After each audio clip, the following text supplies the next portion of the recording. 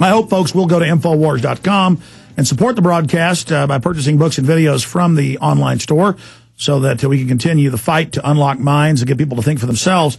All I want to do is take blinders off people. I don't claim they're going to see what I see. I don't claim I have all the answers. I just know this. Consciousness, this universe is unbelievable. I mean, I just literally commune with it. It is so, every moment is exhilarating, and it's torture to be here and to have to focus on the New World Order and deal with it. But at the same time, we are never going to defeat these people. As David said during the break to me, he said, Alex, we've got to go into this world. We've got to be of this world, in the world, but not of it. And we've got to be able to be in this world, be able to get people by the hand and pull them out of it. And does that mean we're perfect? No. We're just aware there's something else.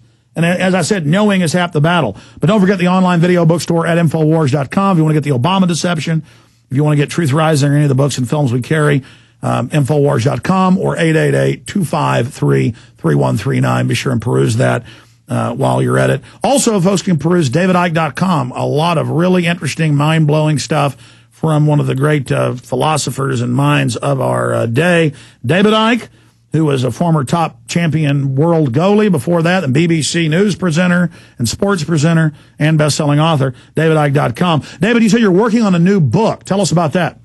Yeah, well, my journey is over the last 20 years has, gone through so many levels with all the 5 cents manipulation of engineered wars and banking scams and all the rest of it, and then into deeper areas. And there's come a point, every day at the moment is a joy as I'm writing this, because the insights are just coming so fast, because you reach a point where so many dots start to connect on all these different levels, and you start to see, how deep the rabbit hole really goes. And what's good about it is it's not just that it shows you how they manipulate us, it shows you how we can stop them manipulating us, and how we can take power over our reality back by reversing what they've done. Because consciousness is all powerful. The Illuminati is a fly on an elephant's back to consciousness.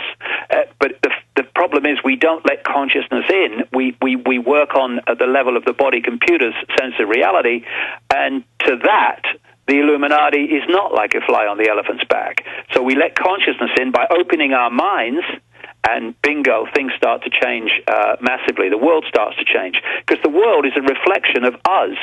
And at the moment, because we constantly give our power away and we constantly think in terms of little me, we live in a world in which the mass of the population constantly has no power and sees itself as little me. When we change that self-perception, that awareness of self from Charlie Jones to I am infinite consciousness, having an experience as Charlie Jones, then suddenly Charlie Jones starts to act and perceive in a totally different way that makes it much, much more difficult to control and manipulate his reality, and therefore his behavior, and therefore his life.